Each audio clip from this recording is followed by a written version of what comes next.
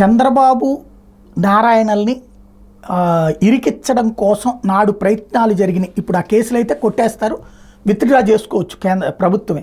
అయితే ఇది ఎలా అన్నటువంటిది ప్రస్తుతం ఈనాడు హైలైట్ చేసింది.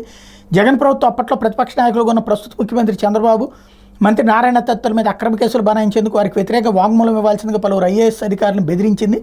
2014-19 మధ్య తెలుగుదేశం పార్టీ ప్రభుత్వంలో చంద్రబాబు నారాయణ దత్తుల అవినీతికి ఆర్థిక అవతాకులకు పాల్పడినట్టు తప్పుడు వాంగ్మూలం ఇవ్వాలని వారి మీద తీవ్రస్థాయిలో ఒత్తిడి తెచ్చింది. ఆ కేసుల దర్యాప్తు కోసమే ఐపీఎస్ అధికారి రఘురామరెడ్డి ఆధ్వర్యంలో ఏర్పాటు చేసిన ప్రత్యేక దర్యాప్తు బృందం సిట్ సీనియర్ ఐఏఎస్ అధికారుల విచారణ పేరుతో అత్యంత అమానవీయంగా వ్యవహరించింది. వాళ్ళని అవమానిస్తూ మానసికంగా కుంగిపోయేలా చేసింది. అప్పట్లో జరిగిన ఘోరాలని ఇప్పుడు ఒక్కొక్కటిగా బయటపడుతున్నాయి.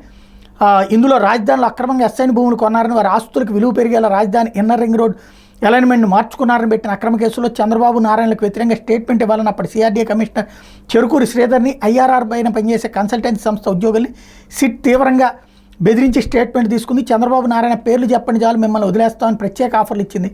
వాళ్ళ పేర్లు చెప్పేందుకు శ్రీధర్ అంగీకరించకపోవడంతో సిట్ అధికారులు తామే రాసుకొచ్చిన స్టేట్మెంట్ల మీద ఆయనతో బలవంతంగా సంతకాలు చేయించుకున్నారు. అట్లాగే జేసీగా భూ సమీకరణలో కీలకంగా వ్యవహరించి తర్వాత సిఆర్డీ కమిషనర్గా పనిచేసిన శ్రీధర్తో చంద్రబాబు నారాయణ మీద తప్పుడు వాంగ్మూలం ఇప్పించడమే లక్ష్యంగా సిట్ కుట్రపూరిత ఎత్తుగడలకు పాల్పడింది. ఆయన మీద అన్ని వైపుల నుంచి ఒత్తిడి తెచ్చేందుకు మొదట దొంగతనం కేసు బనాయించింది.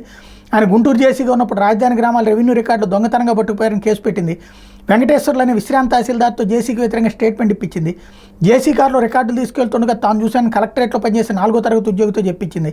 తమను బెదిరించి రికార్డులు తీసుకెళ్లారంటూ రాజధాని గ్రామాల్లో పనిచేసే 4-5 వీఆర్ఓని బెదిరించి వాంగ్మూలాలు తీసుకుంది. వాస్తవానికి రికార్డులన్నీ ఆ గ్రామాల్లోనే ఉన్నాయి. ముందు జాగ్రత్తగా వాటి నకళ్ళు కలెక్టరేట్లో భద్రపరిచారు. పైగా రికార్డులన్నీ ఆన్లైన్లో ఉన్నాయి. అయినా ఎస్ఐన్ భూముల వ్యవహారంలో శ్రీధర్ రింగ్ మాస్టర్ అని ఆయన రికార్డులు ఎత్తుకుపోయారని, వాటిలోని ఎస్ఐన్ భూముల వివరాలు చంద్రబాబు నారాయణకి చేరవేయడం ద్వారా వారికి లబ్ధి చేకూర్చారని జగన్ ప్రభుత్వం తప్పుడు ప్రచారం చేయించింది అన్నట్టు వార్తని హైలైట్ చేసింది.